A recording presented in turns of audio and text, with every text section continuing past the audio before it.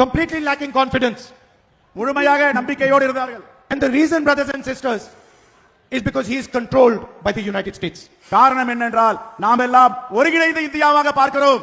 He signed a deal between India and the United States that sold our country out. அவர்கள் நினைக்கிறார்கள் இந்தியாவை விட்டு வெளியேற்ற வேண்டும் என்று.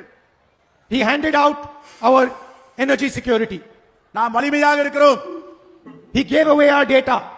அவர்களிடம் திட்டங்கள் இருக்கின்றன, தரவுகள் இருக்கின்றன. He sold our farmers. எல்லாவற்றையும் விற்று விட்டார்கள். And he sold our small and medium industry. எல்லா இருப்புகளை எல்லாம் விற்று தீர்த்து விட்டார்கள். Today, if Donald Trump tells Modi to jump, Modi jumps.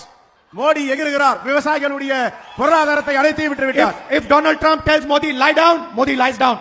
Modi அவர்கள் கீழே விழுந்திருக்கிறார். கீழே விழுந்து அவர் இந்தியாவிற்கு எதிரான வேலைகளை பார்க்கிறார். Why? Because Donald Trump controls Narendra Modi fully. எதற்காக? மக்களுக்கு எதிராக அவர் செயல்படுகிறார். How does he control him? He controls him through the Epstein files. அவர் யாரை கட்டுப்படுத்தி வைத்திருக்கிறார்கள்? He controls him because he knows Narendra Modi's financial system. He understands Narendra Modi's link with Adani. Narendra மோடிக்கு தெரியும் அவர் என்ன செய்து கொண்டிருக்கிறார், இந்த தேசத்தை விட்டுக் கொண்டிருக்கிறார். ஆனால் அவர் எதிர்த்து தொடர்ந்து நான் குரல் கொடுப்பேன். Narendra Modi is controlled by Donald Trump, and Narendra Modi wants to do the same to the Chief Minister of Tamil Nadu. Narendra Modi என்ன நினைக்கிறார்? எல்லாவற்றையும் கட்டுப்படுத்த முடியும். தமிழ்நாட்டிலும் முதலமைச்சராக இருப்பவரை கட்டுப்படுத்த முடியும், ஆட்சி கொண்டு வர முடியும் துடிக்கிறார். That is why he wants to put the AIDMK in power in Tamil Nadu. அதுதான் உண்மையான அதிகாரம்.